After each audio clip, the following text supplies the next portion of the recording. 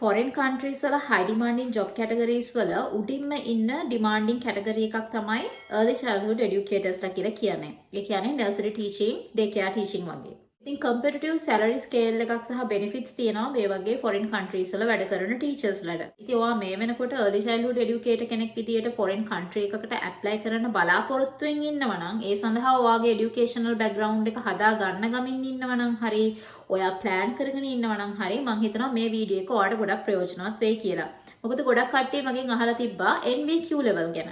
ඉතින් මේ වීඩියෝ එක හරහා මම ඔයාලත් එක්ක අද කතා කරන්නේ NVQ level කීය වගේ කරොත්ද ඔයගලන්ට මේ කියන foreign countries වලට apply කරන්න සුදුසු qualification එක හැදෙන්නේ කියලා.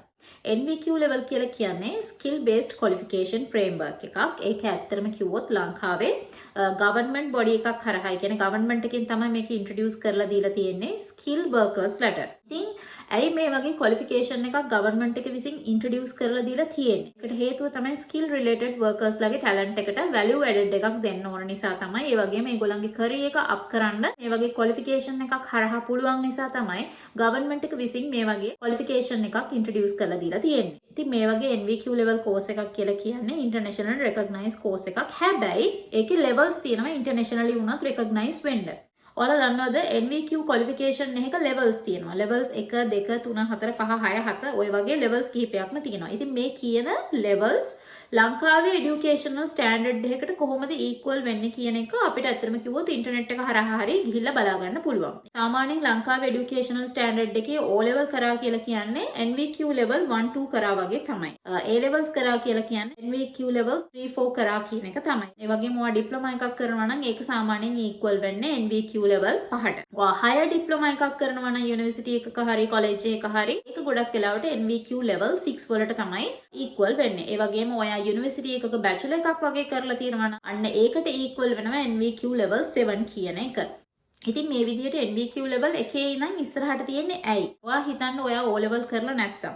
හැබැයි ඔයා මොනවා හරි දෙයකට ඔයා highly talented නම් example එකක් විදිහට ඔයා හිතන්න ඔයා O levels කරලා නැහැ. ඔයාට O levels කරගන්න බැරි වුණා. හැබැයි ඔයා talented motor mechanic පැත්තෙන්. හැබැයි ඔයාට ඒකට qualification එකකුත් නැහැ. මේ වගේ වෙලාවකට ඔයාගේ talent එක තියෙන පැත්තෙන් ඔයාට ඔයාගේ skill එක up කරගන්න levels තමයි ඔය විදිහට NVQ level හරහා ඔයාට හදලා දීලා තියෙන්නේ. මොකද ඔයා ඔයාගේ own business එකක් දානවා නම් ඔයාට qualification එකක් අවශ්‍ය නැති වෙන්න පුළුවන්. ඔයාගේ දක්ෂතාවයෙන් ඔයාට ඔයාගේ business එක develop කරගෙන යන්න පුළුවන්. හැබැයි ඔයා කාගේ හරි යටතේ ගිහිල්ලා වැඩ කරනවා නම් ඔයා ඔයාගේ qualification එක ඒගොල්ලන්ට පෙන්නලා තමයි මේ job opportunity එක ඔයා ලබා ගන්නෙ.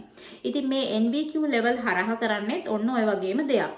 හැබැයි ඔයා early childhood educator කෙනෙක් විදියට NVQ level course එකක් කරන්න හිතාගෙන ඉන්නවා නම් ඔයා මේ වෙනකොට ඔයාගේ O levels කරලා A levels කරලා ඒ වගේම ඔයා මොන හරි diploma එකක් වගේ කරලා තියෙනවා නම් ඔයා බලන්න ඕනේ පුළුවන් තරමක් NVQ level 6 හරි කරන්න. ඔයා ගිහිල්ලා ආයි NVQ level 1 2 3 4 කරනවා කියලා කියන්නේ ඔයා ගිහිල්ලා ආයි අර O levels A levels සුදුසුකම් නැවත ගන්නවා වගේ වැඩක් වෙන්නේ. ඉතින් ඔයා මොනවා හරි qualification එකක් හදාගන්න ඔයාගේ time එක ඒ වගේම ඔයාගේ සල්ලි මේ කියන දේවල් ඔයා invest කරනවා නම් ඔයා කරන course එකට ඔයාට ලංකාවේ සහ ඒ වගේම international recognition එකක් ගන්න පුළුවන් course එකක්ද කියන එක ගැන නිතරම ඔයා සැලකිලිමත් විය යුතු දෙයක්. සාමාන්‍යයෙන් ගොඩාක් countries වල මේ කියන early childhood educators වලට ලොකු demand එකක් තියෙනවා. මම දන්නේ actual reason එක මේ විදිහට demanding category එකක් විදිහට මේ ECE හැදිලා තියෙන්නේ ඇයි කියලා. නමුත් අවුරුදු 5ට වඩා අඩු බබාලත් එක්ක work කරන්න workersලා ඒ රටවල් වල නැති නිසා මේ කියන category එකට ලොකු demand එකක් හැදිලා තියෙනවා. ඉතින් මම හිතනවා NVQ level ගැන අහලා තිබ්බ කට්ටියට මම හිතනවා මේ වීඩියෝ එකෙන් ඔයගලන්ට ආන්සර් එක හම්බෙන්න ඇති කියලා. එහෙනම් මම ඔයගලන්ට තවත් වීඩියෝ එකකින් හම්බ වෙනකම් අදට ගිහිල්ලා එන්නම්. bye bye.